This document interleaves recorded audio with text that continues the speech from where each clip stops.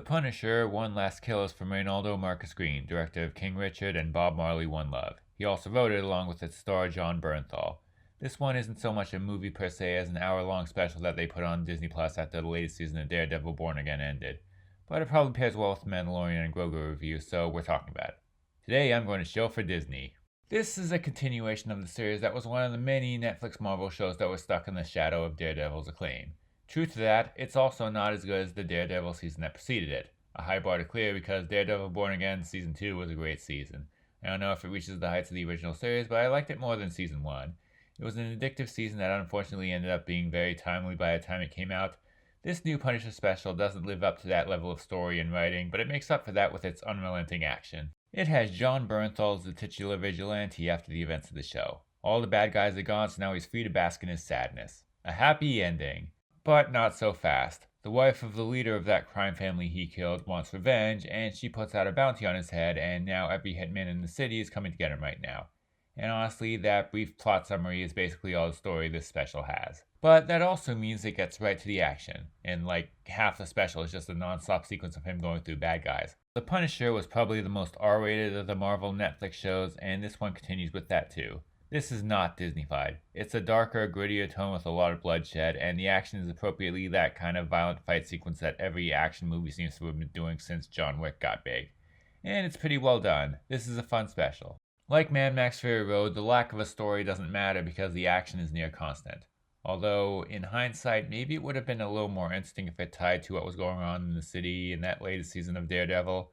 Without the risk of giving out minor spoilers, I'll just say that the goons in that one would be a little more interesting for him to fight in some kind of special or episodes than the generic gangsters in this one. Honestly, why isn't that kind of thing more in his mind? Does this take place at the same time? I think it's supposed to? But whatever, the point is, despite the lack of plot and that possible squandering of a potentially more interesting story, this is a fun, short thing to tide people over until whatever the next Marvel thing is. It may not serve as the coda to Season 2 of Daredevil that its release date may have some people believe, but it is fun as a standalone adventure with room to continue the story later. It's less than an hour long and feels even shorter, but it's an entertaining time for how brief it is.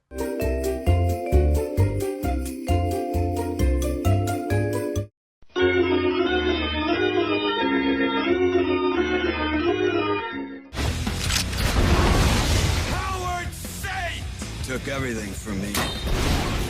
Make Castle dead! Those who do evil to others will come to know me well. No one's ever stood up for me before. Call me the Punisher.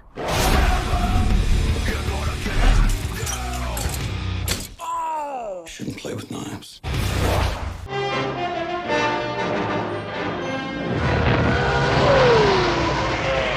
A big, new, sprawling space adventure in the Star Wars saga. The Empire Strikes Back.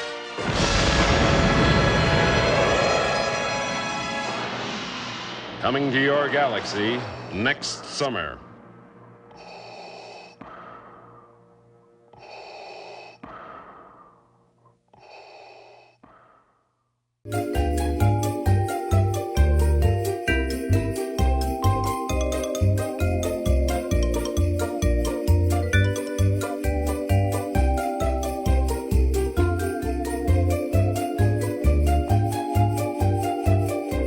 Mandalorian and Grogu. Sorry, Star Wars The Mandalorian and Grogu. That's the official title, just making it longer with stuff that should be implied by the words The Mandalorian. That show doesn't have Star Wars in the title.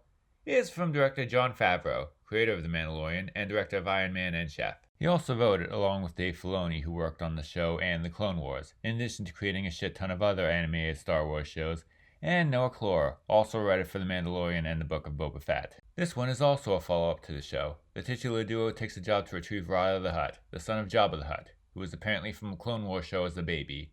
Now he's grown, and this member of the big, blobby alien species now has the voice of Jeremy Allen White and six-pack abs. That's not very body-positive, Disney. Can't stop pushing these body standards that were probably physically impossible for his species before now.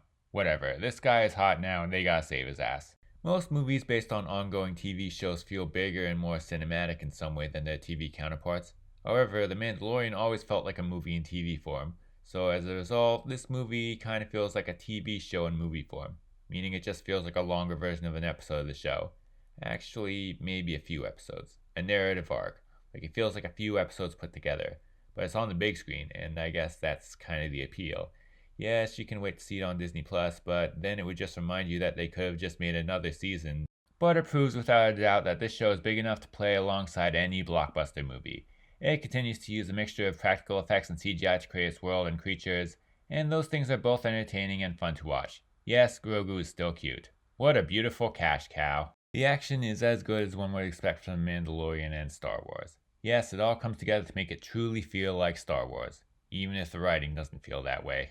Yeah, the script feels a little low stakes, at least in terms of the Star Wars universe, which wouldn't be bad. It might even be refreshing if it wasn't the movie version of a show that deals with these kind of stakes on a weekly basis and sometimes even adds higher stakes for the characters. I can't believe we're paying to see something we get on TV for free. This story has no impact on any of the characters or the story of the show. It is strictly a filler arc. But it is a very fun filler arc with an interesting story. Once again, the appeal lies in the fact that it's a big screen spectacle. Star Wars was not built to be watched on your phone, and the characters are as interesting as ever. I don't know if any of them have any kind of arc, but either way, if you like seeing them in action on TV, you'll love seeing them in action on the movies. The Mandalorian hits the big screen, and he does it in typically fun fashion. It may not live up to the mantle of being a Star Wars movie, but it lives up to being a Mandalorian movie, and that's better than some actual recent Star Wars movies.